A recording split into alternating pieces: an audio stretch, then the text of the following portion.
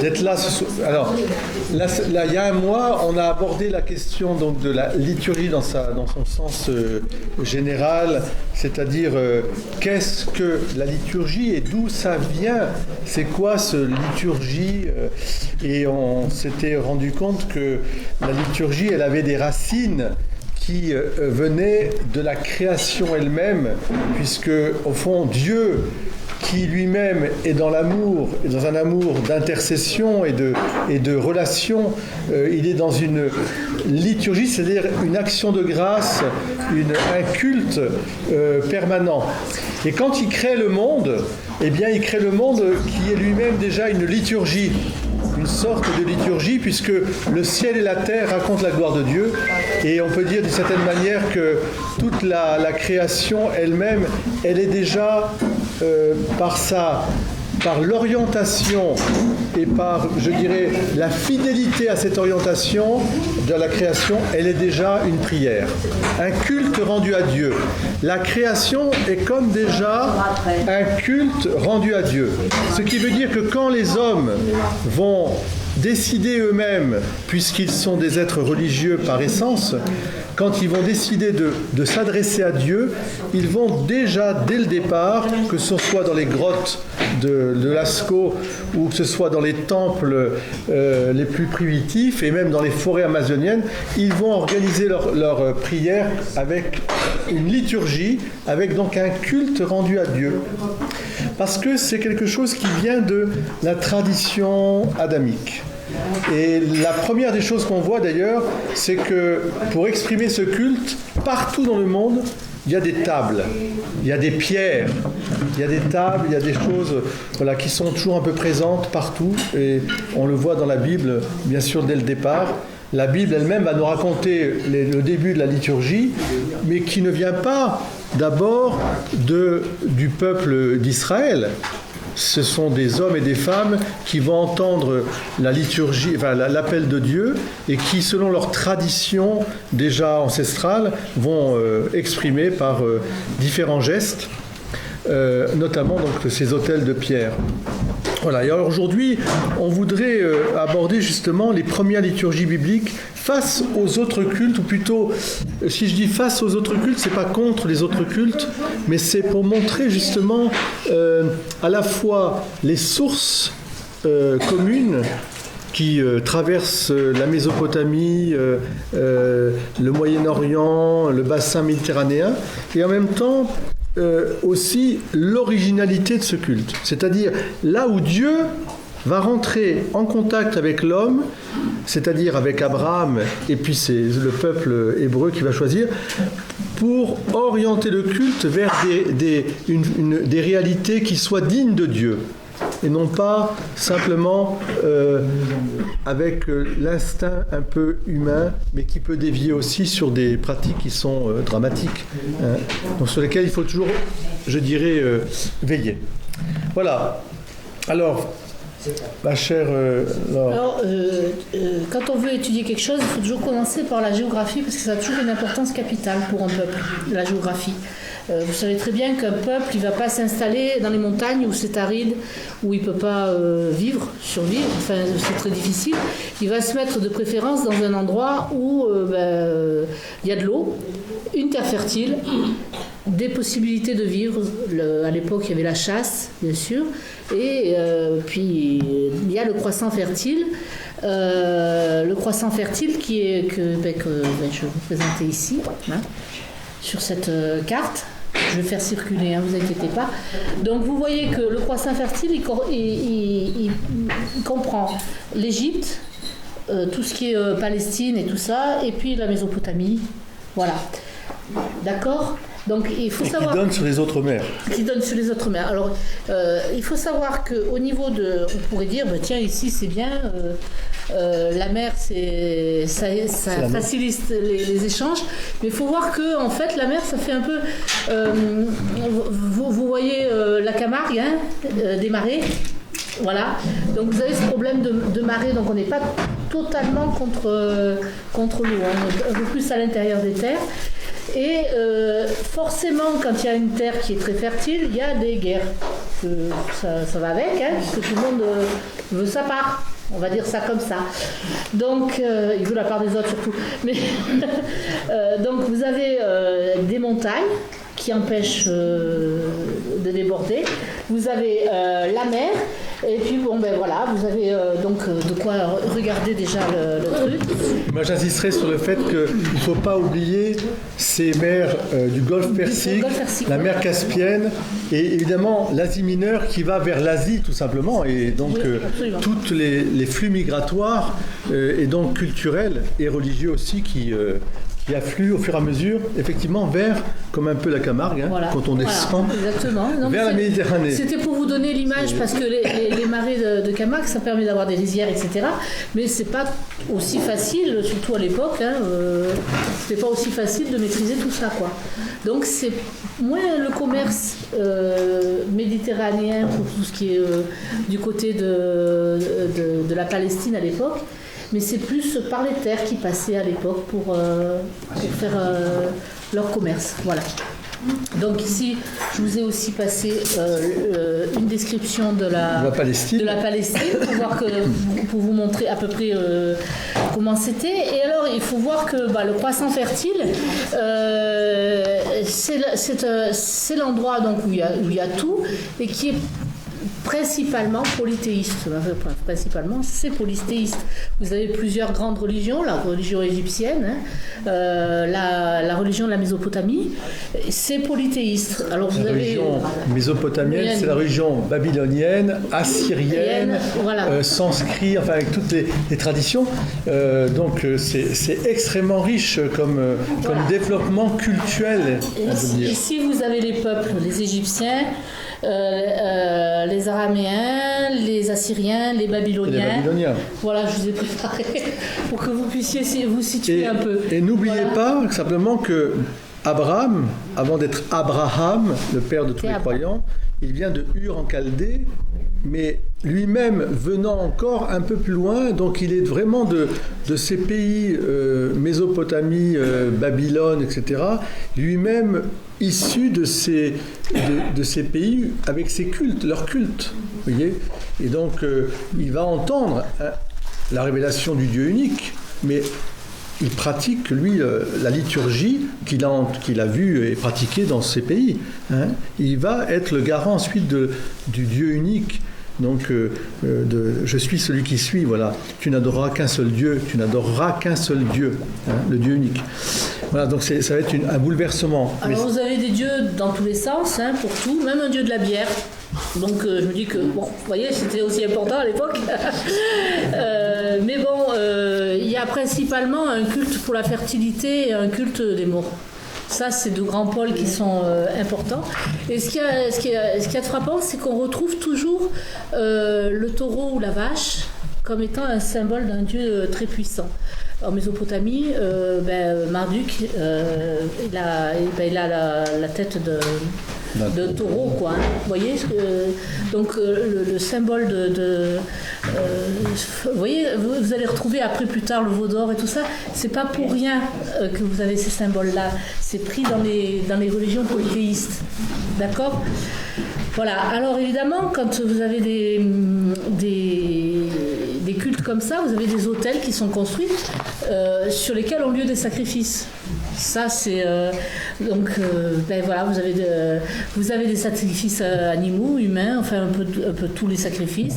Vous pouvez avoir aussi des dons agricoles, enfin un peu tout selon. En fait, pour eux, c'était pour contrer l'avenir, quoi. Vous voyez, leurs inquiétudes par rapport à l'avenir. Pour savoir, pour domestiquer, vous avez l'impression que comme ça, ils pourraient avoir une bonne récolte, avoir des choses qui leur seraient favorables, quoi. L'autel a une particularité, c'est qu'il est un élément de la terre élevé et dressé vers le ciel. Ouais, donc il est un lieu de passage. Hein. C'est vraiment un lieu où on communique entre le divin et le terrestre. Et c'est pour ça d'ailleurs que aussi sur ces autels on y brûle des offrandes, parce que comme dit aussi Laure, c'est aussi, bien sûr, c'est un aspect, on veut aussi, je dirais, apaiser la colère des dieux, s'approprier aussi ses bienfaits, se protéger, mais il y a aussi un aspect déjà de prière, de culte, parce qu'il ne faut pas dissocier ça, parce que tu as parlé du culte des morts et du culte aussi de la fertilité, il ne faut pas oublier aussi que c'est la vie quotidienne des gens qu'ils veulent, je dirais, faire lever vers celui qui va être le protecteur pour eux. Hein. Donc, ce sentiment qui vient encore une fois du cœur profond de l'homme, il s'exprime ainsi, de tout temps il s'est exprimé ainsi.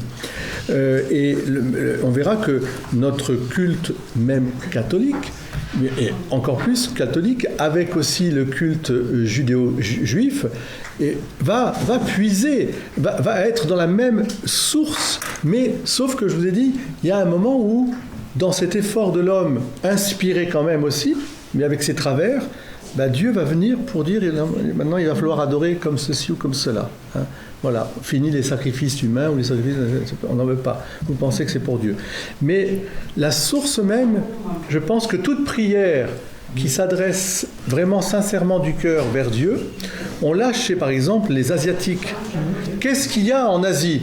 En Asie, vous allez chez les bouddhistes ou autres, il y a le culte des morts, ils ont un petit encens, un petit autel avec les anciens, et le culte des anciens, parce que ça c'est très important aussi pour eux, et ils vont l'exprimer comment ? Ils vont faire brûler quelque chose, faire brûler un petit encens, un petit grain, pour que ce soit comme une prière qui monte, une lumière aussi. Vous voyez, on va retrouver tout ça est traditionnel au sens que moi, ce que j'appelle la tradition d'Adam et Ève, la tradition adamique, c'est-à-dire Dieu, quand l'homme a été chassé du paradis terrestre, ne l'a pas laissé sans, je dirais, au fond, une façon de s'adresser à lui. Après, avec le temps, les hommes, ils ont adapté, ils ont fabriqué, ils ont plus ou moins orienté avec des cultes qui finalement étaient aussi des cultes dangereux. Parce que quand on en arrive à tuer des milliers de personnes pour satisfaire Dieu, on s'aperçoit que ce soit les cultes babyloniens en particulier, Baal, c'est vraiment le culte du sacrifice humain, c'est terrible, c'est terrifiant, comme le culte aztèque. Hein ? Baal, c'est aussi la Tunisie, oui, parce que Carthagène. Alors, j'expliquerai pourquoi. Ouais. C'est parce que ça vient vraiment de Mésopotamie, mais comme justement, dit très bien Laure, tout va vers la Méditerranée à un moment. Et avec les voies de commerce, tout se répand. Et comme ils ont tous besoin d'être protégés de à droite, à gauche, etc., tous ces cultes foisonnent. Et je dirais même à la fin, au moment où Jésus arrive, enfin même avec l'Empire romain, on voit bien que si on peut avoir multiculte, si on peut être adepte de multiculte à carte, vous voyez, là c'est encore mieux, quoi. Tu as les amulettes de je sais pas quoi, tu as la statue d'Aphrodite, tu as le truc de Baal, tout le monde veut avoir... voilà. Et là, même un truc pour le Dieu qu'ils ne connaissent pas. Donc, oui, le Dieu qu'ils ne connaissent pas. Voilà. Mais c'est très beau aussi, très riche. Voilà. L'autel. Donc l'autel, vous voyez, par exemple, il n'est pas du tout, pour moi, à Galapagos, sur les îles Galapagos, ces stèles qui sont élevées, pour moi, c'est comme des autels. On voit bien qu'il y a quelque chose qui est sacré, hein, qui relie au divin. C'est une expression. Et regardez nos églises. Nos églises, elles sont construites sur ce modèle-là aussi. Ce sont des pierres qui se lèvent vers le ciel avec un autel au milieu. Déjà, j'anticipe un peu. Voilà, donc il faut voir qu'il y avait quand même deux choses qui étaient très importantes pour ces pays, ces pays-là. Oui, donc c'était bien évidemment le soleil et la lune. Parce que la lune leur permettait d'avoir un repère dans le temps, elle avait un cycle, donc ça permettait d'avoir les fêtes, etc. Et quand l'être humain a maîtrisé l'agriculture, la lune, ça leur permettait de savoir quand il fallait planter, quand il fallait récolter, de prévoir sur le long terme, chose qu'ils ne pouvaient pas faire avant. Vous voyez ? Donc il faut voir que vous avez un culte du soleil et de la lune qui est... vous en avez entendu parler sur l'Égypte, hein, le soleil... voilà. Et à Ur, j'en sais rien. Ur en chaldée, oui. Moi personnellement j'aurais tendance à dire Ur, parce qu'il n'y a que nous qui avons lu. À Ur en Chaldée, c'est le culte de la lune qui est très important, mais vraiment central. Hein. Marduk, bien sûr, c'est le taureau, c'est le dieu principal, mais Nanas, c'est la déesse de la lune, et ils rendent un culte très très important, culte qui s'est bien répandu d'ailleurs un peu partout. Voilà. Et c'est là que nous arrivons à la création, parce que souvent on se dit, mais la création, qu'est-ce que c'est ce texte ? C'est un texte qui est en fait un genre littéraire destiné à nous donner un message. C'est pas sans intérêt, au contraire, c'est très important. Parce que la Genèse, la création, ça va répondre à la question de savoir déjà d'où vient l'univers. Voilà. D'où vient l'univers, et là, ça ramène à Dieu, le Dieu unique, qui est présent avant toute chose, alors que dans les autres religions, vous aviez le soleil et la lune, donc les polythéistes, qui étaient centraux. Là, Dieu reprend la place de départ. Vous voyez ce que je replace toute la création dans son ordre. Toute la création dans son ordre, voilà.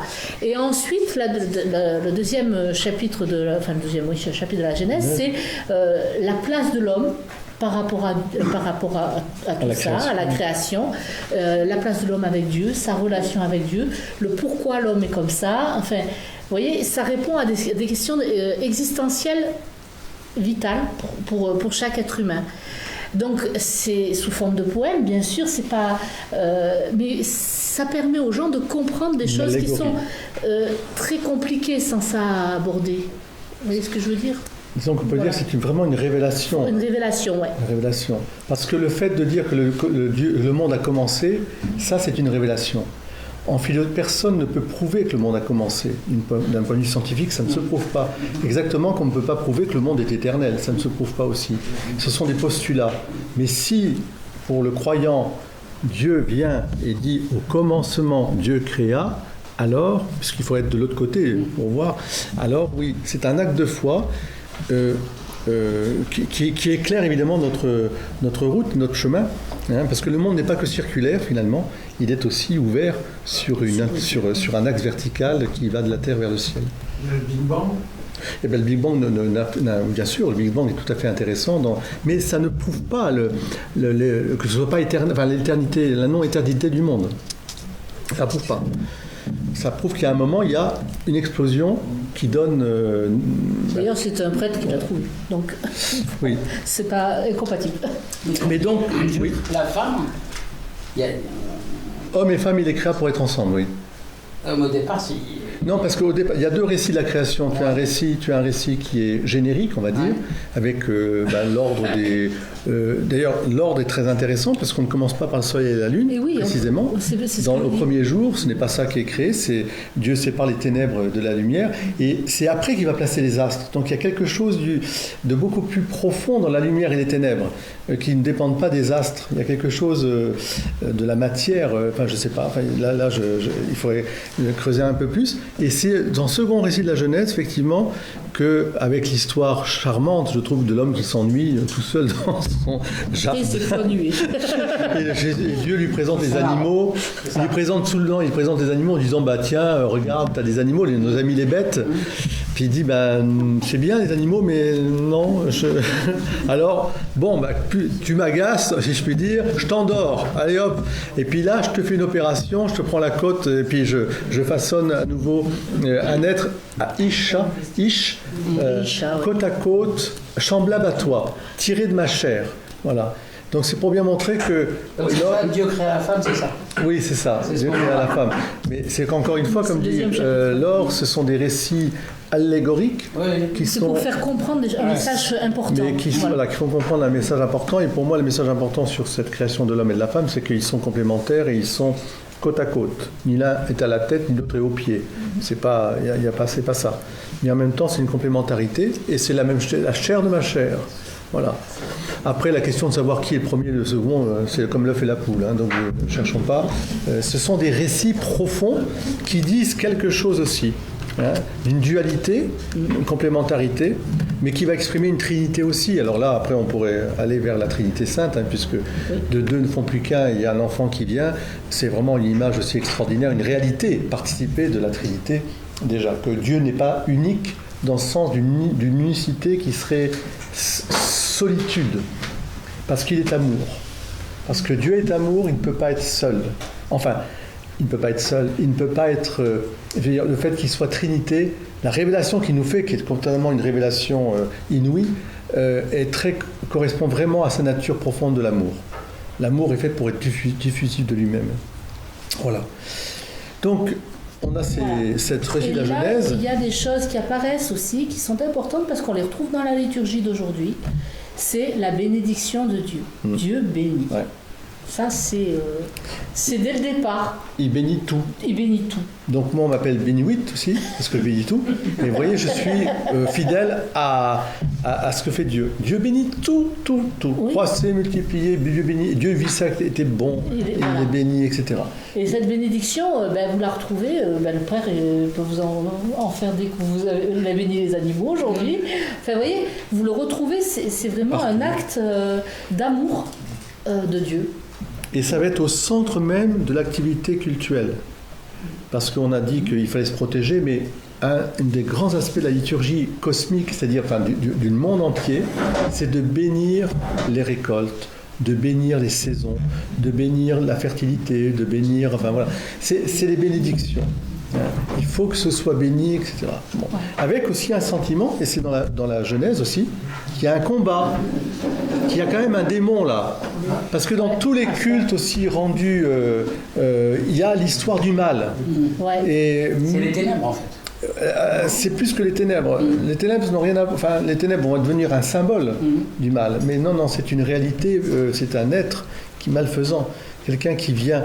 Et il y a une personne, bien sûr, c'est plus que les ténèbres, là. Là, on repart sur la chute des anges après, voilà, des anges. Et ils vont aussi, dans ce culte, avoir ce désir de repousser le mal. Là, récemment, je voyais un couple qui s'oriente vraiment vers le catholicisme et qui a des ascendances musulmanes, je fais une aparté. Et ils sont allés voir justement des imams pour avoir des prières de délivrance. Parce qu'ils se sont attaqués, etc. Bon, voilà. Et donc, il y a aussi chez eux, par exemple, une prière de délivrance qu'ils essayent de faire. Alors moi, ils sont venus après, ils s'orientent vers le catholicisme, et au nom de Jésus-Christ, on s'en verra après, le nom par lequel tout genou fléchit en ciel, sur terre et en enfer. Voilà. Mais ça veut dire que dans tous les cultes, ils sont ça. C'est pour ça que ce qui est dangereux, ce qui est compliqué aussi, c'est qu'il faut démêler ce qui est d'une source pure du culte que l'homme peut rendre à Dieu et qui est partout présent dans le monde et qui est respectable et qui est même où l'Esprit Saint souffle et maintient les gens dans un esprit de prière, car encore une fois, toute prière adressée à Dieu, qu'on appelle l'Éternel, le Tout-Puissant, etc., peu importe, mais avec sincérité, est une prière qui vient de l'Esprit Saint. Après, on peut y mélanger d'autres choses, et c'est là qu'il faut discerner pour pouvoir, ramener justement, par exemple, quand c'est des idoles auxquelles on va sacrifier la vie humaine, finalement. Dans les idoles. On en a aujourd'hui dans notre monde moderne, des idoles. Une deuxième chose que l'on note, c'est le 7e jour qui est dédié à Dieu, le sabbat. Et ça, on le retrouve même aujourd'hui, parce qu'on est dimanche, et il y a la messe du dimanche, il y a l'activité qui est tournée vers Dieu.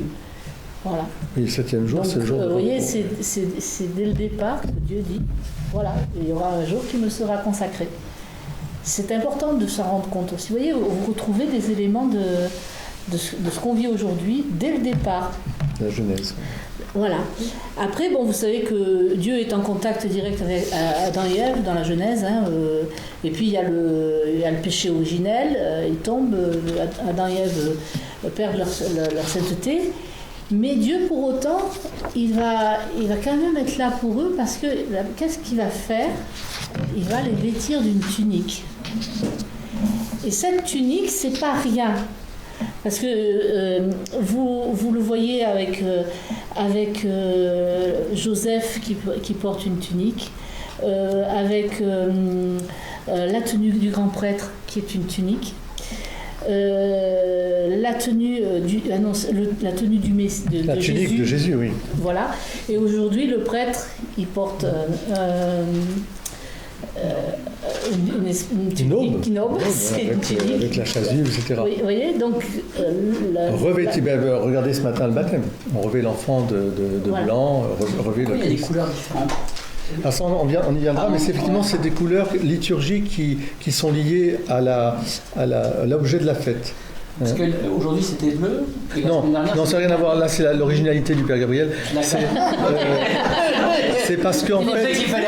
Non, la conclusion que tu en peux en tirer, c'est que hier, c'était Notre-Dame du Rosaire, qu'on est dans le mois du Rosaire, et que je voulais rester dans cette tonalité du Rosaire pour prêcher justement sur le Rosaire. C'est bleu? On peut avoir normalement bleu pour la Vierge Marie, oui.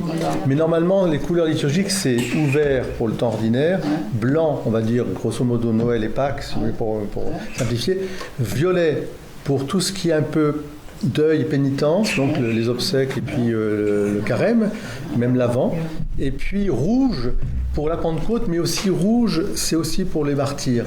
Voilà. Après, on y a ajouté effectivement ce bleu, qui est une couleur qui n'est pas liturgique en tant que telle, mais c'est la dévotion mariale. Bon, vous pouvez prendre une photo, l'envoyer à l'évêque en disant « Oui, le Père, il a mis un ornement bleu. » Non, mais je veux dire ça en riant. Voilà, mais c'est pas grave, j'ai l'habitude, donc... non, c'était pour ça. Mais par contre, l'événement blanc, c'est extrêmement important dans la liturgie, je dirais même générale, qu'on soit chrétien, juif ou dans d'autres pays, le blanc est une expression forte de finalement du rapport avec Dieu, de la lumière de Dieu qui vient en nous. La lumière que... Vous voyez ce que c'est dans quel pays où les enterrements ils sont en blanc? Oui, exactement. D'abord, en Louisiane, ils sont tous en blanc. En Louisiane, ils ne font jamais des enterrements en noir. Ils sont tous en blanc. Il y a des pays, effectivement, où c'est le blanc et couleur d'espérance aussi. Alors, et c'est un rapport avec... parce que les cardinaux, ils sont... Ah oui, alors cardinaux sont rouges. Là, mais c'est un rapport avec ça ou pas non, du tout? Pas du tout. Il y a les violets qui étaient les évêques, les rouges. Non, il y a eu... Il n'y a pas de lien entre les deux? Non, parce que même la couleur des soutanes, elles ont varié. Ouais. On est arrivé à la soutane noire, mais avant, il y avait des soutanes vertes, soutanes brunes. Il y a les ordres religieux qui ont des habits de toutes les couleurs. Et là, il y a de l'originalité aussi. Surtout, c'est chez les religieuses. Donc, mais bon, ce sont des signes, entre guillemets, qui sont distinctifs, mais... Et pour le coup, le pape, il est en blanc. Oui, mais ça vient du XVIe siècle, parce que le pape qui a pris je ne sais plus lequel, était dominicain. D'accord. Et qu'il était donc habillé, il a gardé son habit religieux, blanc, et après c'est devenu la couleur du pape qu'il distinguait des autres qui étaient en noir. Et c'est devenu, mais ça vient vraiment, alors là c'est entre guillemets... un accident entre guillemets voulu par Dieu. Et ça continue. Et ça continue. Voilà, ils ont vraiment gardé une tradition. Mais la tunique, comme dit Laure, c'est le fait que Dieu vient revêtir lui-même de sa. Au fond, la tunique, c'est sa présence. C'est quelque part, parce que c'est un récit allégorique, l'homme n'était pas nu, parce que les animaux sont vêtus, les hommes se sont vêtus aussi, on ne peut pas rester sans vêtements.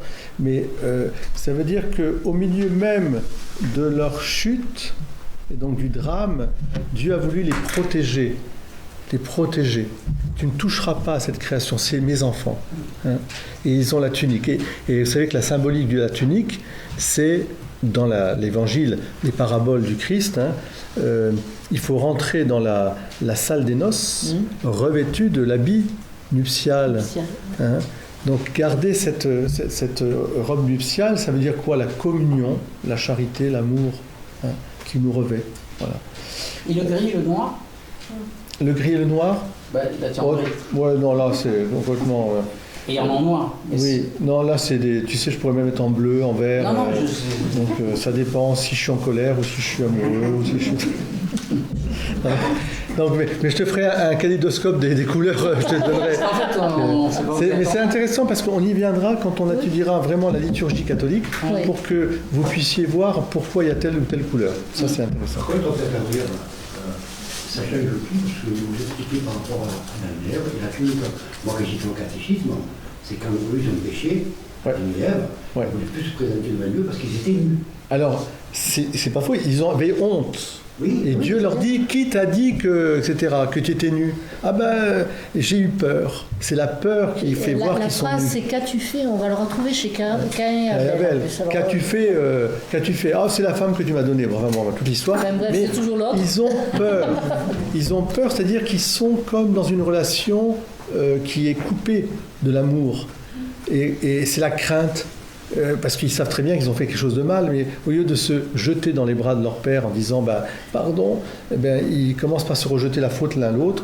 Et là, bon, bah, c'est le drame. C'est le drame de l'humanité, mais un drame revêtu par le Seigneur déjà. Et on peut dire quelque part que la tunique d'Adam et Ève, c'est le Christ. C'est-à-dire que par-dessus l'humanité blessée, Dieu va venir s'insérer dans cette humanité blessée pour l'habiter, la revêtir de sa propre nature dans la nature humaine. C'est la nature divine qui va venir, je dirais, s'unir à la nature humaine pour que nous soyons participants à la vie même de Dieu. C'est le grand mystère de l'incarnation qui va avoir lieu. C'est déjà un signe, je dirais, Voilà, c'est la clé de lecture étant le Christ pour bien comprendre tous ces Dieu textes. leur a pas même parlé de ça, il dit parce qu'il a dit à Ève qui accouchera dans la douleur. Oui, c'est des conséquences. Alors, Ça, c'est les conséquences. Je peux dire, Marco, c'est intéressant parce que ça veut dire que tu as une lecture directe et il faut littérale, je dirais, du texte. Et il faut voir aussi que Dieu n'est pas dans cette attitude-là, fondamentalement dans son cœur. C'est pas faux, parce que moi j'ai appris quand j'étais gamin. Oui, les bonnes heures. mais c'est pas faux. Mais la lecture spirituelle et profonde, c'est de dire Dieu est devant le fait accompli, si tu veux, d'une conséquence irréversible, qui semblerait irréversible. C'est-à-dire quand tu fais le mal, si tu as tué une personne, malheur à nous si on tue une personne, ben, tu ne peux plus revenir en arrière.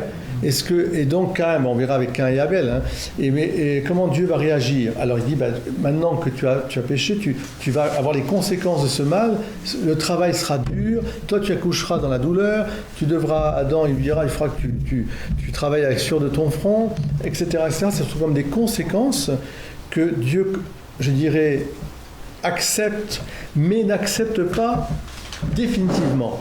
Parce qu'il dit déjà, oui, il y aura une épreuve, il y a une épreuve qu'on va vivre, mais à la femme, il lui dit, le serpent, tu essaieras de mordre son talon, mais la femme, la descendance de ta femme t'écrasera la tête. Tu n'auras pas le dernier mot, parce que tu es mon enfant. D'ailleurs, le Christ lui-même n'a pas échappé à ces conséquences du mal. Lui qui n'a pas fait de mal, il s'est immergé dans le mal et il est mort sur la croix pour nous sauver. Donc voilà, mais c'est une très bonne question, Marco. Et c'est toujours la façon de lire l'Écriture. Il faut la lire dans son sens littéral pour bien comprendre où est-ce qu'on est, comment on est, qu'est-ce que ça dit. Et en même temps, la lire aussi avec une théologie, c'est-à-dire une vision de Dieu qui respecte Dieu. Si Dieu est Dieu, il n'est qu'amour. Si nous prêtons à Dieu des sentiments de vengeance au sens humain, de vengeance, de mort, etc., ça, c'est des anthropomorphismes. C'est une façon de dire Dieu est en colère. Alors, la colère de Dieu au sens que Dieu est triste du mal, oui. Mais même dans les paraboles où Jésus parle, il parle toujours d'une manière médicinale. C'est-à-dire pour nous mettre en garde. Attention! Ne prenez pas à la légère ce qui est en train de se vivre. Amen, amen, je vous le dis. Voilà, pour que nous ayons conscience du caractère sérieux de notre vie pour aller vers le ciel. Et qu'il y a deux voies qui se présentent à nous. La voie du bien ou la voie du mal. Tu ne peux pas dire « je suis entre les deux », ça ne marche pas. Il faut que tu choisisses un moment. Et si tu es dans le mal, reviens parce qu'il ne faudrait surtout pas que tu te fossilises dans le mal. Parce qu'à la fin, c'est terminé, c'est trop tard. Donc il faut revenir. Donc, malheur, vous n'avez pas écouté la parole qui vous a été dite. C'est le sens d'aujourd'hui. Quand il s'adresse aux pharisiens et aux anciens, c'est pour nous aussi. Nous sommes les héritiers d'une religion. Qu'est-ce qu'on en fait? Est-ce qu'on la garde pour nous? Est-ce qu'on ne veut pas que Jésus soit partout, etc. Mais c'est le même rapport. C'est pas pour nous condamner, c'est pour dire oh les enfants, attention, il y a un piège du démon là, déguisé en ange de lumière. Moi je suis meilleur que les autres. Les autres ils sont en enfer. Moi je suis au ciel. Je vais dire aïe aïe aïe, malheur. Donc non. Donc on va. Alors là on arrive à Caïn et Abel. Donc Caïn et Abel, ce sont deux frères, hein, comme vous le savez, je pense. Il y en a un qui est agriculteur et l'autre qui est, agriculteur, laboureur, ce que vous voulez. Et l'autre qui est pasteur, qui a des troupeaux. De l'élevage, voilà. Il faut voir déjà que à cette époque-là, il y avait une difficulté entre ceux qui étaient dans l'agriculture et ceux qui étaient dans l'élevage ou dans la chasse, parce que les métiers étaient totalement différents. C'est des modes de vie ceux différents. qui étaient chasseurs nomades et tout ça avaient en charge la défense de ceux qui étaient agriculteurs, ce qui créait des tensions sur la valeur qu'ils avaient entre eux. Vous voyez ce que je veux dire? C'était des nomades. Ouais. Les pasteurs étaient des nomades, donc ils allaient en transhumance, etc. Donc ils allaient brouter les champs des autres. Et puis les agriculteurs, c'était au contraire des gens qui étaient tenus là où ils étaient. Hein. Donc il y avait deux modes de vie. Ouais. Et ce qui est intéressant dans le récit de Caïn et Abel, avant de voir la mort d'Abel, tué par Caïn, c'est qu'il y a déjà un culte qui est rendu à Dieu. L'homme est religieux par nature. Alors, est-ce qu'ils vont faire un sacrifice chacun? L'un va donner des récoltes et l'autre va donner ses bêtes, quoi. Et évidemment, on peut se demander au départ pourquoi Dieu va préférer l'un par rapport à l'autre. Mais si Dieu va préférer l'un par rapport à l'autre, c'est qu'il y en a un qui est jaloux de l'autre et qui ne fait pas l'offrande de la même façon. Vous voyez ce que je veux dire? Après, il le fait avec vous voyez, parce qu'il faut le faire, quoi, mais pas content, quoi. Vous voyez, Après, il y a la symbolique du travail de la terre et de Adam, Adama qui reste dans la terre, tandis que l'autre, c'est l'éleveur, celui qui élève. Voilà, tout à fait. Mais il y a un conflit, quoi. Enfin, vous voyez ce que je dis? Il y en a un qui n'est pas dans... Il y a plein de symboliques, là. C'est symbolique. C'est symbolique, hein. C'est plein parce que... En fait, il ne le fait pas de bon cœur, il ne donne pas, mais pour avoir une sorte de reconnaissance, plus que son frère. Voilà, en fait, oui, ils sont en tension, quoi. Il y a une tension. Il y en a un qui est sincère vis-à-vis de Dieu et l'autre qui a une arrière-pensée. Oui. Voilà. Voilà. Vous avez toute la thématique qui est développée par Jésus tout au long de l'évangile. Hein. Si tu vas porter ton offrande, etc., va te réconcilier avec ton frère d'abord. La petite veuve qui met ses 2 pièces, mais qui met vraiment tout son cœur dedans, elle a plus donné que celui qui veut se faire voir. Et puis, chaque fois, Jésus ramène à la pureté du cœur. Donc, il y a vraiment dans la dîme, parce que finalement, ça va revenir vers la dîme à un moment, donner vraiment de ce qu'on a, c'est pourquoi est-ce que finalement Dieu n'agrée pas l'offrande de Caïn, hein? C'est pourquoi, à votre avis? Caïn, c'est l'éleveur ou c'est le paysan? Caïn, c'est le paysan. C'est le paysan. Et Abel, c'est le pasteur. Qui est d'ailleurs une symbolique avec bien sûr le pasteur, le bon pasteur. Il y a plein de réminiscences qui vont être importantes pour la suite. Pour la suite. Voilà. Mais... Donc elle est faite dans la concurrence, elle n'est pas faite pour rendre hommage. Oui, voilà, c'est ça. Que si vous n'avez pas le cœur pur quand vous faites votre offrande, il est bien évident s'il y a une arrière-pensée, ça va. Dieu, il sonde les cœurs, hein, il sait où vous en êtes. Vous voyez ce que je veux dire? Donc on est on va rentrer dans une continuité du péché d'Adam et Ève, hein, avec le premier meurtre de l'humanité, mais c'est une continuité du péché. Mais moi je pense que c'est important quand même de resituer l'écriture de la Genèse dans le temps, parce qu'elle date quand même de 6e ou 7e siècle, 7e, 6e siècle avant Jésus-Christ. Oui. Donc on ne sait pas qui l'a écrit, je crois qu'on ne sait jamais, on ne sait pas. Oui, on l'a attribué à Moïse, toutes ces exhumés, mais enfin... Mais elle est forcément imprégnée de la vie de l'époque aussi et des sentiments. C'est-à-dire qu'ils étaient partis à Babylone, ils avaient été... de ce qu'est l'agriculture, c'est voilà. Et donc il y a eu des choses qu'ils ont vues là-bas avec le polythéisme qui ont fait aussi qu'il y a une réécriture du texte. Plus profondément, je dirais encore, c'est que cette histoire de la création et de la Genèse, elle est répandue dans tout ce bassin. Ouais. Par toutes les religions, ils expliquent. Alors, bien sûr, en Mésopotamie, on a vraiment le calque, puisqu'on a les écrits sumériens, on les a, et donc on peut, avec des petites différences. On ne sait pas quand a commencé la création, on ne sait pas. Ah ben non, ça. C'est-à-dire, la Bible n'est pas un livre scientifique. Oui. Donc, on sait, nous, avec la science qu'on a actuellement, que c'est des millions et des millions d'années. Ni historique d'ailleurs, hein, si vous cherchez vraiment un truc historique dedans. Non, mais c'est la Genèse qui est le premier. Alors la Genèse, le premier. On ne peut pas dire que c'est historique tant qu'il n'y a pas l'écriture. Voilà, oui. Enfin, voilà, oui. C'est allégorique. Voilà, le problème c'est ça, c'est que l'écriture permet de connaître l'histoire. Oui. Avant, c'est des traditions orales. C'est des traditions orales. Vous aurez la même chose avec les temples, les obélisques, enfin en Égypte, où on raconte de manière allégorique les faits et gestes du pharaon, et tout ça est imagé, plus ou moins retranscrit d'une manière historique, mais historié quand même, avec... oui, c'est historié, mais je dis, il n'y a pas la date, il n'y a pas... Oui, on voit qu'il y a eu des combats, qu'est-ce qui s'est passé réellement? Bon, après, après, on aura des récits. Alors, l'histoire va vraiment rentrer. C'est quand l'histoire va rentrer, hein, c'est pas... Je pense qu'on a les premières guerres les guerres Péloponnèse, tout ça, on commence à avoir des premiers récits vraiment très historiés. Ah oui. Et nous, qu'est-ce qu'on était? En fait, on était peut-être beaucoup plus en relation les uns les autres qu'on peut imaginer, parce que la circulation du commerce faisait que les gens rentraient en contact facilement. Mais parce que, comme on dit très bien, c'est que d'abord, tout est oral. Donc on n'a pas de traces écrites. Tu vois, à part peut-être des peintures, des hiéroglyphes, des machins, etc. Mais les hiéroglyphes datent de moins 3000 avant Jésus-Christ. Voilà, donc déjà. Et l'écriture cunéiforme aussi. C'est un piège, parce que vous faites une ligne attendez, je commence par une phrase. Aujourd'hui, oui. Aujourd'hui, c'est très vrai. Marco, tu as raison aujourd'hui. Mais à l'époque, c'était vraiment un moyen de communication. Et attention, la parole, c'était vraiment quelque chose on se donnait sa parole. Ça veut dire quelque chose. Elle était très fidèle. Hein. On savait.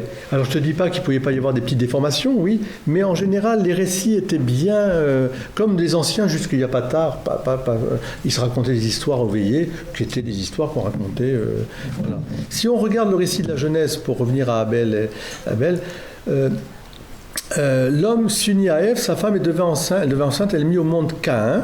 Elle dit alors, j'ai acquis un homme avec l'aide du Seigneur. Caïn.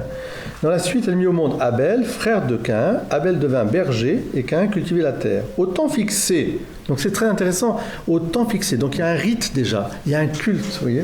Au temps fixé, Caïn présenta des produits de la terre en offrande au Seigneur. De son côté, Abel présenta les premiers-nés, alors là c'est très important, les premiers-nés de son troupeau. Il ne garde pas pour lui les prémices, mais il les donne. Pour Caïn, c'est pas ça. Il a donné des choses, peut-être les fruits qui étaient un petit peu périmés. Enfin bon, je ne serai pas, mais enfin, voilà. Disons que ça peut être un peu, voilà. De son côté, en offrant les morceaux les meilleurs, le Seigneur tourna son regard vers Abel et son offrande. Mais vers Caïn et son offrande, il ne tourna pas. Car Caïn en fut très irrité et montra un visage abattu. Le Seigneur dit à Caïn, donc on voit qu'il y a une relation, Dieu parle, hein, pourquoi es-tu irrité? Pourquoi ce visage abattu? Si tu agis bien, ne relèveras-tu pas ton visage? Donc il parle à sa conscience, tu as fait mal. En fait, ton offrande, elle n'est pas belle et tu le sais. Tu gardes pour toi ce qu'il y a de meilleur, mais tu ne donnes pas. Mais si tu n'agis pas bien, le péché est accroupi à ta porte. Waouh! Il est à l'affût, mais tu dois le dominer. Maîtrise ta jalousie, si tu veux, ton irritation. Caïn dit à son frère, sortons dans les champs. Donc chez lui, hein. Et quand ils furent dans la campagne, Caïn se jeta sur son frère Abel et le tua. Et le Seigneur dit à Caïn, « Où est ton frère Abel ?» Et Caïn répondit, « Je ne sais pas. Est-ce que je suis le gardien de mon frère ?» Donc, vous voyez, le mal est vraiment entré profondément, mais on sent au fond un peu comme Adam et Ève. C'est la femme que tu m'as donnée. Voilà, il se défausse au lieu de dire « Oh, qu'est-ce que j'ai fait, mon Dieu, c'est affreux. Père, pardonne-moi. » Non, il dit « C'est qui d'ailleurs? Est-ce que je suis le gardien de mon frère ?» Voilà. Le Seigneur reprit « Qu'as-tu fait ?» Qu'as-tu fait, c'est la phrase qu'il a déjà dit à Ève. À Ève. Qu'as-tu fait? Donc vous avez une reprise de cette même phrase. La voix du sang de ton frère crie de la terre vers moi. Donc là aussi, on a un refus de tout sacrifice humain. Hein, attention. Hein. Ouais. La voix du sang de ton frère crie de la terre vers moi. Maintenant donc, sois maudit et chassé loin de cette terre qui a ouvert la bouche pour boire le sang de ton frère versé par ta main. Tu auras beau cultiver la terre, elle ne produira plus rien pour toi. Tu seras un errant, un vagabond sur la terre. Alors Caïn dit au Seigneur, mon châtiment est trop lourd à porter. Donc là, on sent qu'il y a quand même une sorte de repentir. Il s'afflige. Voici qu'aujourd'hui, tu m'as chassé de cette terre, je dois me cacher loin de toi, je serai errant, un vagabond, et le premier venu qui me trouvera me tuera. C'est les conséquences qui l'inquiètent. C'est même Oui, il n'a pas un repentir sincère. Hein. Oui, il a juste les conséquences, ça me va pas. Mais ça suffit à Dieu. C'est un peu comme l'enfant prodigue. L'enfant prodigue, il ne vient pas voir son père parce qu'au départ, c'est son père. Hein. Il vient voir son père parce qu'il dit « Oh, il me traitera aussi bien que mon serviteur. J'ai faim. J'ai la dalle. J'ai tellement la dalle que je vais vers mon père et je lui dirai. » Par contre, c'est sûr, il dit pardon. Hein. Il lui dit pardon. Et alors, le Seigneur lui répondit « Si quelqu'un tue Caïn, Caïn sera vengé 7 fois. » Et le Seigneur mit un signe sur Caïn pour le préserver d'être tué par le premier venu qui le trouverait. Quel signe? Ça, les exégètes s'interrogent. C'était quoi ce signe? Mais enfin, voilà. Et c'est là que Caïn va s'unir à sa femme. Elle devient enceinte et mise au monde Enoch, etc. Je vous signale que toute la généalogie, hein, elle part après de Caïn, etc. Donc, et d'Adam et Ève. Voilà. Dieu est capable d'un mal de tirer un plus grand bien. Parce que ce n'est pas le Dieu de la vengeance, c'est le Dieu de l'amour qui donne vie au-delà de la mort. C'est le deuxième fait de jalousie et de désir de domination. Ah oui, ça. Justement, la difficulté qu'il y aura, c'est que l'homme veut toujours s'approprier les dons que Dieu lui a donnés. Et qu'il s'approprie, alors, dans toute l'histoire de l'humanité, c'est ça, et même dans le culte rendu à Dieu. La difficulté, c'est qu'elle est bien sûr poussée par l'autre. L'autre, il est toujours là. Adam et Ève, qu'est-ce qu'a dit le diable à Adam et Ève? Vous serez comme Dieu. Dieu a peur que vous deveniez comme lui. Donc, c'est toujours la même chose. Je m'approprie, et ce qui vient gratuitement de Dieu, c'est la parabole du vigneron d'aujourd'hui. Hein. Je suis le garant de la religion. C'est moi, je m'organise la religion, vous devez être soumis, et puis ramper, entre guillemets, et puis Dieu a dit, voilà, c'est un peu comme dans la folie grandeur, hein, 1 pour le roi, 3 pour moi, vous savez, Louis de Funès, là, quand il fait la collecte des impôts, et Jésus va aller frontalement, vous le verrez, pour ramener la religion au centre, mais il va aller frontalement dans cette religion révélée, attention, hein. La religion biblique, elle est révélée. Mais il va dire, c'est quoi là? Vous avez détourné la religion. Vous avez mis des fardeaux sur les hommes, vous l'avez détourné à cause de la dureté de votre cœur, etc. Et jusque dans les sacrifices animaux, ou jusque dans la façon de payer les choses, etc., il va dire, attention. C'est pour ça qu'il faut toujours dire que la parole de Dieu, elle est pour nous aujourd'hui. On n'est pas à l'abri. Personne n'est à l'abri. Il faut toujours se dire au fond, la parole de Paul, je vous ai transmis ce que j'ai reçu. Je n'ai rien inventé. Je vous ai transmis ce que j'ai reçu, gratuitement. Vous avez reçu gratuitement, donnez gratuitement. Mais c'est l'amour. L'amour familial, l'amour conjugal, l'amour de frères et sœurs, c'est gratuit. Sinon, c'est pas de l'amour, c'est de l'achat, et donc de l'esclavage à un moment ou à un autre. On en arrive donc au déluge. Après moi, Déluge qu'on retrouve de partout. Partout. Hein. Là, Partout. franchement, il n'y a pas de problème. Vous le trouvez dans toute la Mésopotamie, en Égypte, de partout. En gros, les hommes ont continué sur cette lancée. Hein, ils ont beaucoup péché. En avant gagnant. Voilà, hein, grands pécheurs. Et donc ils sont esclaves de leur passion et de leur vice en fait. Et Dieu, Dieu décide à ce moment-là qu'il faut purifier tout ça, quoi. Donc il va prévenir Noé qui est un homme juste aux yeux de Dieu. Et il va lui demander de construire, ce que vous savez, l'arche avec toutes les dimensions. Vous pouvez le reprendre dans votre Bible, hein, avec toutes les dimensions et tout ça. Il lui dit qu'il va falloir prendre des animaux, effectivement, et puis qu'il faut avoir une quantité suffisante de nourriture pour lui, sa famille, et puis pour les animaux qui va faire rentrer dans l'arche. Et puis vient le déluge avec ces 40 jours, 40 nuits qu'on retrouve régulièrement d'ailleurs, le chiffre 40 avec Jésus. Hein, on a un carême qui fait 40 jours. Enfin, vous voyez. La traversée du désert, 40 ans. Voilà, vous voyez, vous retrouvez aussi encore les 40... C'était combien à l'époque, quand même 40 ans pour traverser le désert, Et donc, après, il y a le déluge, c'est inondé, ça reste 150 jours, je crois, inondé après. Et puis, finalement, la colombe revient avec son morceau d'olivier qui lui annonce donc que les eaux sont maintenant tombées et qu'il va pouvoir reprendre... toute la terre a-t-elle sauvé? Oui, alors... Comment la création s'est refaite avec ça déjà fait? Non, mais ça c'est un récit. Non, mais, c'est un récit, là aussi. On est toujours dans la Genèse. On est à la Genèse. C'est-à-dire que, certes, il y a une part, je dirais, comme des cataclysmes, comme une espèce de déluge qui est peut-être arrivé sur la vallée mésopotamienne, etc.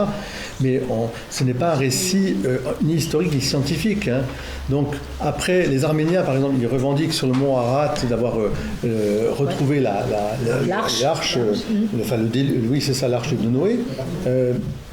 C'est une façon de dire que le mal qui s'est répandu sur toute la terre après a vraiment des conséquences terribles sur l'humanité, parce qu'elle empêche l'humanité de se libérer.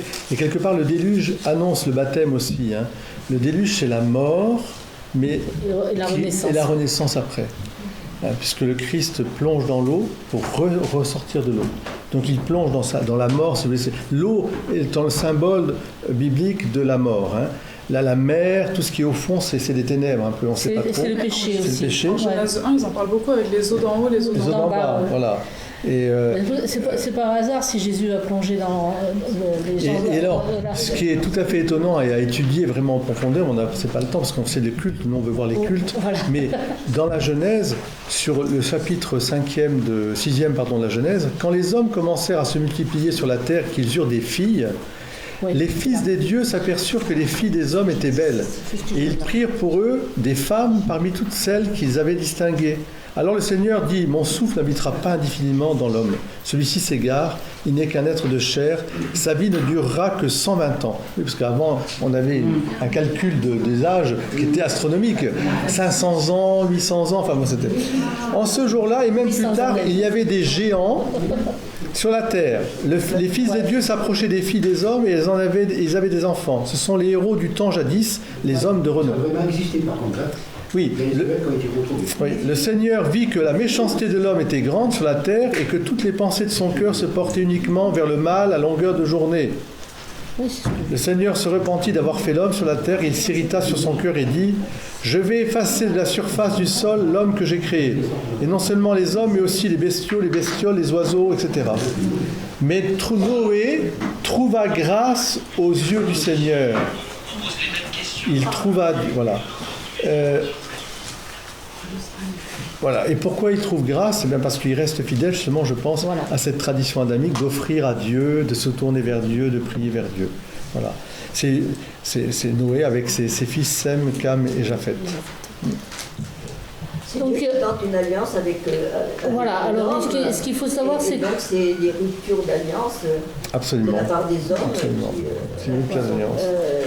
Voilà, le terme alliance, c'est vraiment la façon dont les Hébreux à l'époque vivaient les contrats entre eux. Et une parole qui est donnée, c'est une parole qui est donnée, ça engage les deux parties et ça ne doit pas être rompu. C'est pour ça que ça s'appelle alliance comme ça. Et donc ils ont donné le même nom pour le contrat passé entre Dieu et les hommes. Donc la première chose que va faire Noé, ça va être justement de rendre grâce à Dieu pour rendre un culte, remercier Dieu. Il va donc faire un sacrifice avec l'encens, avec tout ce qu'il faut pour rendre grâce à Dieu pour ce qui vient de se passer. Et Dieu bénit Noé. Voilà, on a encore une bénédiction et donc il y a cette alliance importante, la première alliance avec entre l'arc-en-ciel, avec l'arc-en-ciel comme symbole. Et l'arche, c'est le symbole de l'Église en fait, qui continue à sauver les hommes. Comme Noé a sauvé le genre humain du déluge. L'arche va être le symbole de l'alliance, symbole qu'on va retrouver l'arche avec les Hébreux. Et puis, bien sûr, dans le christianisme, parce qu'on est totalement issu de cette tradition qui vient depuis Adam et Ève, justement, on fait jusqu'à la fin des temps. Donc, on participe vraiment à ça. C'est pour ça que c'est très important. Mais il va y avoir l'anti-arche, si je puis dire, qui est la tour de Babel. Alors ça, c'est aussi un événement tout à fait exceptionnel. La tour de Babel. Oui, on l'a retrouvé, on en a fait une... Oui, c'est vrai. Parce que, après les recherches que j'ai effectuées, c'est une ziggourate. Alors, franchement, je ne suis pas bonne dans ces langues-là. Hein. Donc, c'est un temple mésopotamien, voilà. Celui de Babylone. Les noms des temples en Mésopotamie, c'est les ziggourats. Voilà. Donc voilà, donc vous avez là une construction. Moi, ça me rappelle beaucoup à la fois les trucs égyptiens et à la fois les trucs mayas. Vous voyez, alors c'était des temples qui étaient destinés à monter. Plus vous montiez, plus vous alliez vers Dieu. Oui. D'accord. Et celui qui se trouvait en haut, lui, il était en contact direct avec Dieu. Donc vous voyez, c'était une façon de s'approprier la relation avec Dieu, d'être au même... au même niveau, vous voyez. Donc c'est pas un hasard si c'est c'est la flèche de l'église. Mais oui, sauf qu'on n'y monte pas, nous, à la flèche de l'église. Non, chez nous, ce sera le cœur. Voilà. Avec la voûte céleste. D'accord. Le cœur est vraiment le symbole de la jonction entre le ciel et la terre. Donc dedans, bien sûr, vous aviez des sacrifices, vous aviez de la magie, vous aviez un peu tout ce qui faisait leur culte. Hein, et bon, clairement, elles étaient de plus en plus... Mais qu'est-ce qui fait que la tour de Babel devient un symbole justement de l'anticulte, du culte qu'il ne faut surtout pas faire? C'est quoi? C'est que l'homme a voulu s'ériger tout seul, en fait. Voilà, parce qu'en fait, au lieu de s'adresser à Dieu, l'homme s'auto-célèbre. Vous voyez? C'est tout le problème des cultes rendus à Dieu, enfin de cultes où l'homme se fait Dieu. Ce sont des cultes qui peuvent être religieux au sens religieux, scientifique, philosophique, etc., ou politique. Dès que l'homme s'auto-réfère à lui-même et devient le Dieu, enfin, c'est toujours la même chose, vous deviendrez comme des dieux. Alors quand Dieu voit ça, c'est une allégorie. Ils veulent monter un temple qui aille toucher le ciel. Bon, en soi, ça paraît tellement bête, mais le péché de l'homme est un péché bête. Et c'est vrai, c'est vrai. C'est-à-dire qu'on est stupide. On est stupide. Mais, et c'est pour ça que Dieu ne nous en veut pas plus que ça, contrairement à l'intelligence de l'ange, qui va directement, lui, vers Dieu. Mais le péché de l'homme est toujours un péché bête. Aller faire une construction, c'est pour nous montrer ça, parce qu'évidemment c'est une allégorie aussi, de faire un gratte-ciel, si je puis dire, qui montrait jusqu'à Dieu, voilà. Mais c'est la même chose que quand je vais faire la conquête de l'espace, et que l'autre tourne autour de la Lune, dit « j'ai pas vu Dieu ». Bon, forcément c'était l'idéologie marxiste communiste, mais L'homme qui veut se faire Dieu, ça peut être la Silicon Valley aujourd'hui. C'est-à-dire avec le transhumanisme qui veut s'auto-référencer, où l'homme n'a pas besoin de Dieu pour vivre éternellement. Avec un rêve prométhéen qui est toujours sous-jacent. Vous serez comme des dieux, ben c'est nous. Voilà. L'autre jour, j'en ai entendu un quand même de transhumaniste qui disait que ce serait l'homo deus. Oui, l'homo deus. Je vais vous dire à quel point, là, il a pété... non, mais c'est pas qu'il a pété, c'est vraiment bête. Je sais pas ce qu'il a fumé, mais c'était de la bonne. Non, oui, mais justement, non. C'est la tentation du diable qui revient toujours. Vous serez comme des dieux. Vous serez comme des dieux. Que ce soit l'argent, que ce soit la science, que ce soit les armes, que ce soit... C'est toujours pareil. C'est « je serai immortel ». Voilà. Ben non. Non. Alors évidemment, qu'est-ce que fait le châtiment de Babel? C'est très intéressant d'ailleurs, le châtiment de Babel. C'est quoi le châtiment de Babel? Les langues. C'est-à-dire que de là, on s'aperçoit que, bon c'est allégorique aussi, hein, c'est qu'il va diviser l'humanité, il va lui donner l'instrument merveilleux qui est la langue, mais qui peut être aussi un instrument de division, de discorde. On ne se comprend plus. Vous voyez, on a la même chose qu'au Jardin d'Éden, où l'homme ne se comprend plus. L'homme est nu, il a peur, il ne se comprend plus. Eh bien, à Babel, c'est pareil. L'homme ne s'entend plus, parce qu'il s'est auto-référencé, il devient bête. Mais c'est vrai qu'il devient bête. Et aujourd'hui, ce qui me frappe, moi, dans le chut, si vous voulez, un peu au fond, là, s'il vous plaît. Ce qui me frappe, Christine, ce qui me frappe aujourd'hui, dans le temps moderne, c'est que cette tentation de Babel est liée. C'est-à-dire que les hommes ne s'entendent plus parce qu'ils sont totalement fermés sur eux-mêmes. Et il y a bien sûr une crise profonde de l'humanité, hein, que l'on voit bien, mais il y a derrière une tentation diabolique, hein, c'est quand même le diable, hein. Il est toujours là. On ne combat pas simplement contre la chair et le sang. On voit bien que derrière, il y a quelqu'un qui veut toujours refaire l'histoire de la Genèse. Toujours. Vous serez comme des dieux. Et ça, c'est faux. Mais c'est une folie. Et la stupidité, parce que moi je dis qu'on est dans une sottise aujourd'hui, c'est le bon sens a disparu. Mais c'est impensable quand on voit à la fois je suis pour défendre la création, les animaux, etc. Puis en même temps, on tue les enfants avant qu'ils naissent, on en produit dans toutes les façons, on veut faire des arts. Mais on ne sait pas dans quelle direction on va, il y a tout. On veut faire l'euthanasie d'un côté, puis d'un autre côté, le transhumanisme, on va vous mettre des nanomachins, etc. Vous allez vieillir 500 ans, 600 ans. Même Google nous promet d'avoir un âge de vie. Mais ils sont complètement malades. Déjà vivre, enfin, pour certains d'entre vous, vous savez très bien ce que c'est que la vieillesse. Donc quand on vit, enfin moi aussi, quand on se lève le matin, aïe, ouille, bon, voilà. Et alors, c'est là que Dieu ne veut pas laisser cette humanité vraiment errer partout, et il va intervenir d'une manière décisive. Abraham. C'est Abraham. C'est pour ça qu'Abraham est le père des croyants, parce Abraham que là... au début, Abraham ensuite. Abraham, parce que Dieu va vraiment révéler qui il est, pour que l'homme n'arrête de se perdre. Alors le récit d'Abraham, bien sûr, qui nous amènera à Moïse avec les 10 commandements, mais là c'est une histoire magnifique, Abraham. Donc Abraham est né à Our, ici. Alors c'est la Chaldée, c'est-à-dire le croissant fertile. Si on reprend où est-ce qu'elle est ta carte J'ai fait plein de cartes. Tiré une carte. Donc... Elle est là.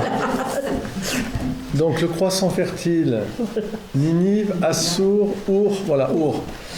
Ça, des fois, ça s'écrit Ur, des fois avec Ur est là, pas loin du golfe Persique.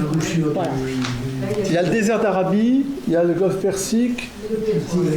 Voilà. On n'est pas encore vers Babylone, hein, même ni vers Byblos, Tyr, tout ça, donc l'Asie mineure. On est vraiment dans le croissant fertile, au bout. Ur en Chaldée. Babylone, c'est un miracle. Oui, bah oui. Je suis allé, moi. Il y a que les terrains. Babylone, oui, tout à fait. Ouais, mais c'était croissant fertile avant, hein. C'était comme quoi. Hein. Les jardins suspendus de Babylone. Voilà. Donc il est en pleine zone polythéiste et il est en plein culte de la lune. Donc au départ, c'est pas. Il est lui-même fils de prêtre qui pratique ces cultes. Voilà. Il n'est pas du tout. Et puis encore une fois, ça prouve qu'il y a une religion, une religiosité qui n'est pas, qui n'est pas impure. Elle est comme elle est, avec sa façon d'être, parce que dans le polythéisme, écoutez bien, au fond, dans le polythéisme, la racine du polythéisme, même si le diable peut se glisser dedans, c'est comment donner une réalité à ce Dieu qu'on ne voit pas, qui puisse s'appliquer à toutes les circonstances de la vie. Donc on va démultiplier, entre guillemets, Dieu, en disant il y a le Dieu de la terre, le Dieu de la fertilité, le Dieu de ça, mais il y a toujours quand même un Dieu qui préside au-dessus, vous voyez, comme quelqu'un. Évidemment, après, le diable aussi se glisse là-dedans. Et ce qui va conduire... et Abraham, au départ, il est dans ces cultes-là. Et on verra d'ailleurs l'histoire de Moïse aussi. Moïse aussi, il est totalement dans les cultes égyptiens. Mais ça, on le verra après. Mais il est totalement dans les cultes égyptiens. Donc Dieu se sert de tout ça, vous voyez. C'est pas contre, mais c'est pas purifié et ça doit être révélé. Et là... Ça va être purifié. Donc là, je vous ai mis une carte où vous allez voir le voyage d'Abraham. Il y a aussi celui d'Isaac, de Jacob, enfin voilà. Je vous fais passer, comme ça vous donne une idée des endroits où il est passé. Donc, ça c'était fertile, et en fait, le croissant c'est le réchauffement climatique. Alors, nous avons eu avant, nous avons eu l'ère glaciaire, d'accord. Après la glaciaire, ça s'est réchauffé, ça a donné le croissant fertile, c'est-à-dire que les trucs se sont retirés petit à petit. Vous savez ce que c'est, la Terre, elle est toujours en... Maintenant, c'est des déserts. Oui, c'est toujours en mouvement, je veux dire, ça n'a pas été uniforme, le climat... Non, c'est les premières... Voilà. Et on ne parlait pas de réchauffement climatique à l'époque. Eh bien, parce qu'il n'y avait pas la télé. Ouais, c'est ça. C'est ça. Voilà. BFM n'était pas là, on ne savait pas. Voilà. Juste une question, il y a un truc que j'ai pas compris. Tu l'as appelé Abraham et tu l'as appelé d'un autre. Abraham Et Abraham. A-B-R-A-M. Au début, c'est Abraham. Avant que Dieu l'unique lui parle, qui va devenir Abraham, on va l'expliquer. Voilà. Au départ, il s'appelle Abraham. A-B-R-A-M. D'accord ? Ce qui veut dire père vulnérable. Voilà. D'accord ? Et il s'appellera Abraham, qui veut dire père d'une multitude. Voilà, c'est important de... Comme Sarah, il voulait dire princesse, et Sarah devient mère d'une nation. Mère d'une nation, oui. Voilà. Donc, parce qu'ils vont avoir leurs noms qui vont évoluer en fonction de leur relation avec Dieu. Il nous reste 3 minutes. En 3 minutes. Écoutez, c'était bien. On va faire alors, ce qui veut dire... Non, on va s'arrêter à Abraham, on verra après. Ce qui veut dire, Abraham, en fait, il faut bien comprendre, parce que voilà, l'histoire des religions, c'est une histoire vraiment magnifique. Parce que partout, il y a la religion, partout.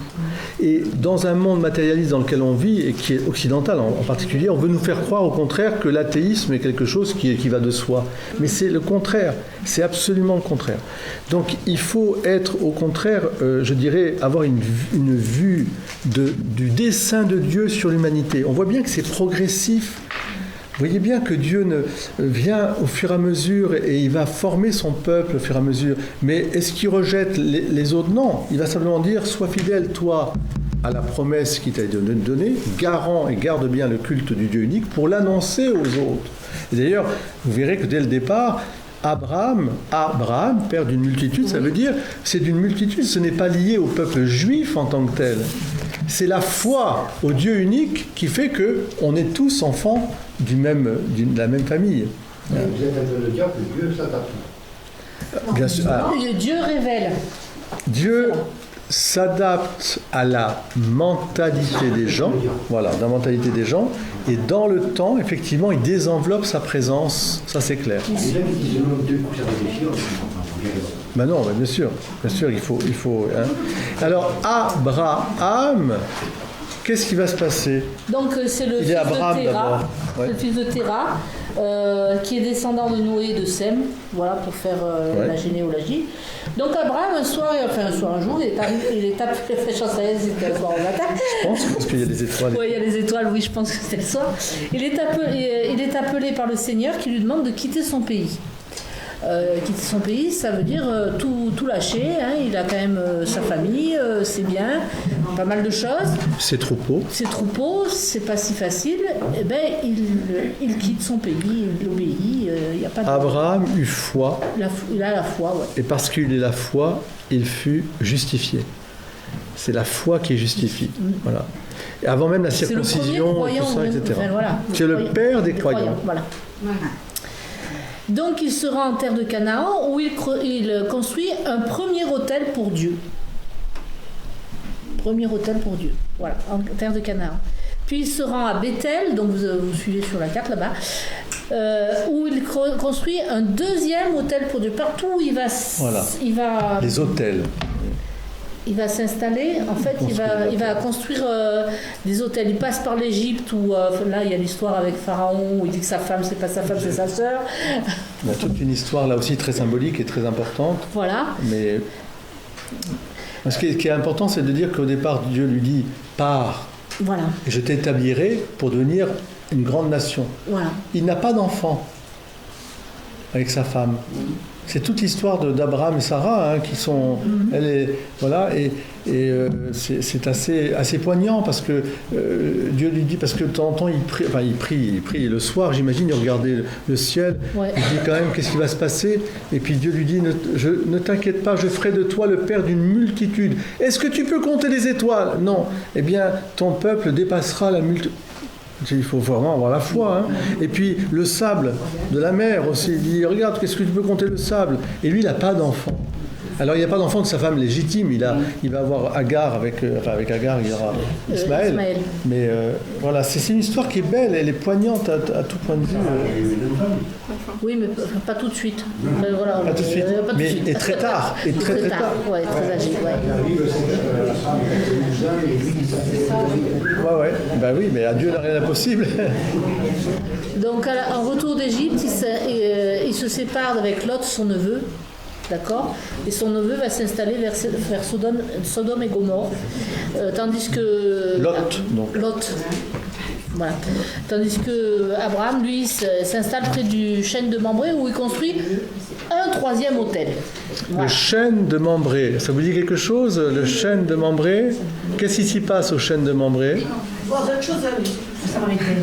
On va aller voir The Chosen. Non, il voit justement, qu'est-ce qui se passe? Il a la visite. Alors plus tard, on aura aussi les autres récits, mais il voit 3 hommes qui sont comme 3 anges, en fait, envoyés de Dieu, qu'il considère comme les envoyés de Dieu, qu'il va accueillir sous sa tente. Enfin, il a demandé à sa femme de préparer le repas, et pendant elle prépare le repas, elle d'ailleurs, elle a l'oreille, bien sûr, elle écoute. Il va dire, les femmes sont pas comme ça. Et il va dire, tu vois, à la même année, le même jour, dans un an, ta femme sera enceinte.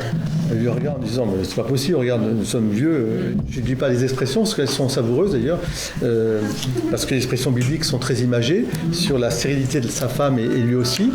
Et sa femme, en l'entendant, elle se met à rire. Elle se met à rire. Alors là, Sarah, la femme du rire. Et donc, évidemment, c'est une image à la fois, enfin, c'est une visite de la Trinité, on pourrait dire une théophanie. Et puis en même temps, il va y avoir ce miracle que donc va donner naissance à... Mais je voulais surtout insister sur l'autre quand il est capturé et qu'il est libéré par Abraham. Et là, ça sera la rencontre avec Melchisédek, le grand prêtre. Alors, c'est très important. Voilà, non, mais c'est important là.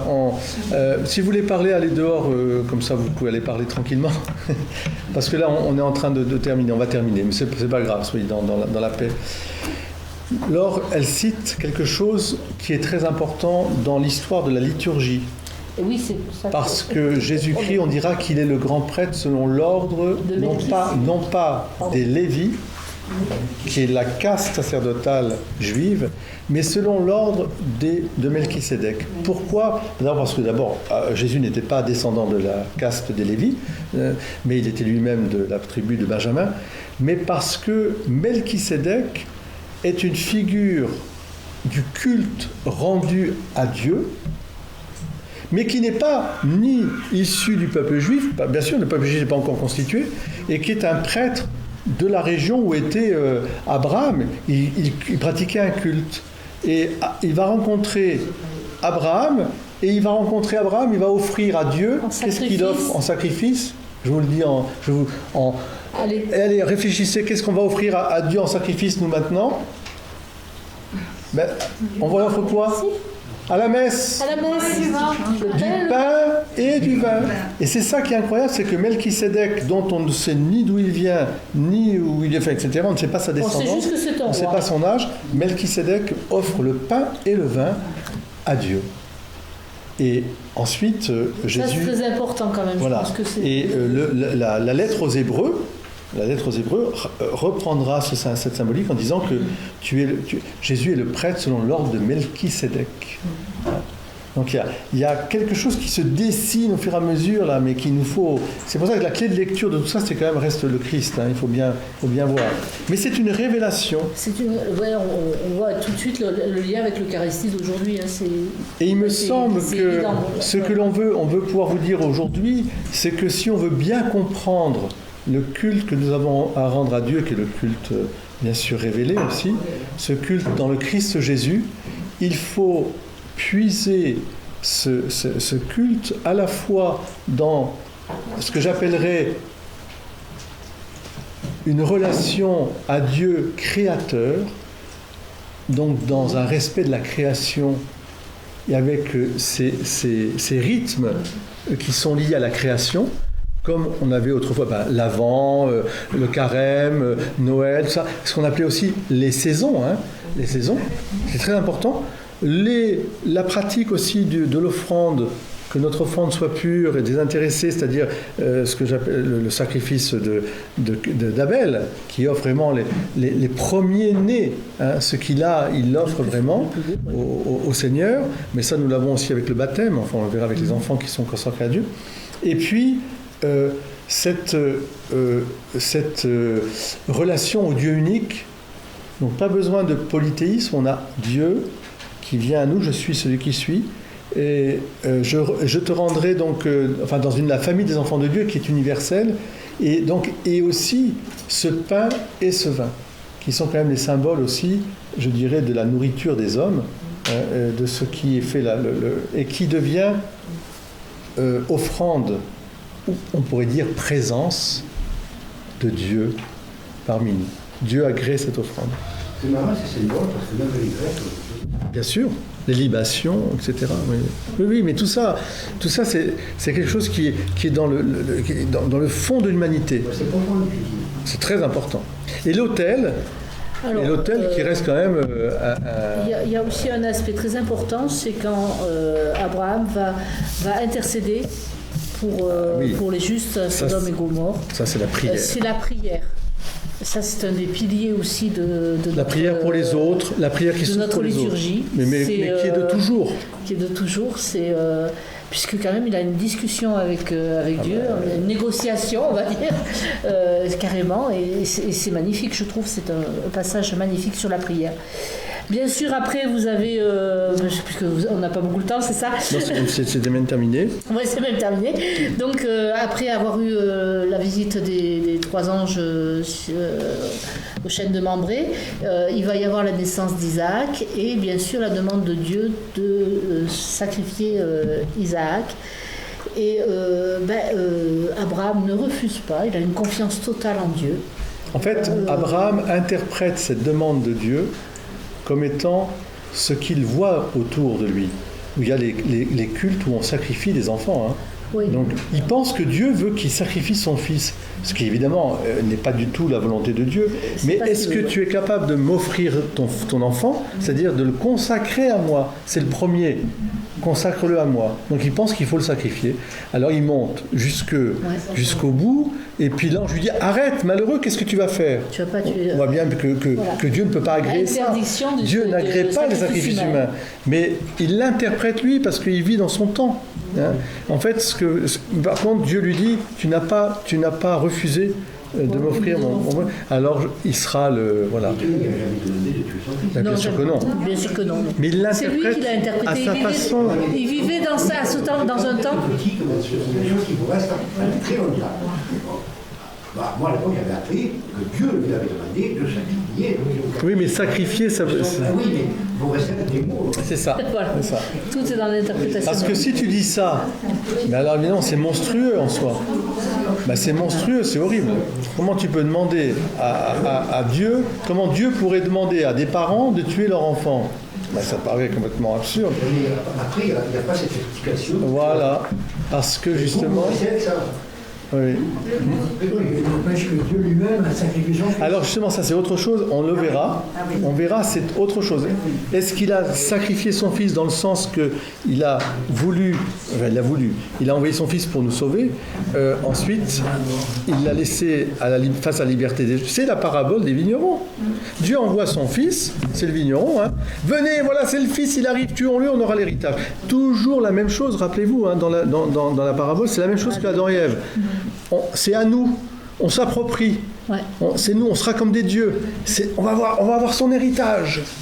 Et c'est incroyable comme ça court, cette histoire, dans l'humanité depuis toujours. Bon, on Donc, replie. dernier hôtel sur le mont Moria. du coup, Moria. là où s'est passé justement... voilà. Et donc, on se rend compte qu'il y a des hôtels qui reviennent régulièrement maintenant pour le Christ et qu'on trouve dans nos églises. Nos hôtels sont là. Voilà.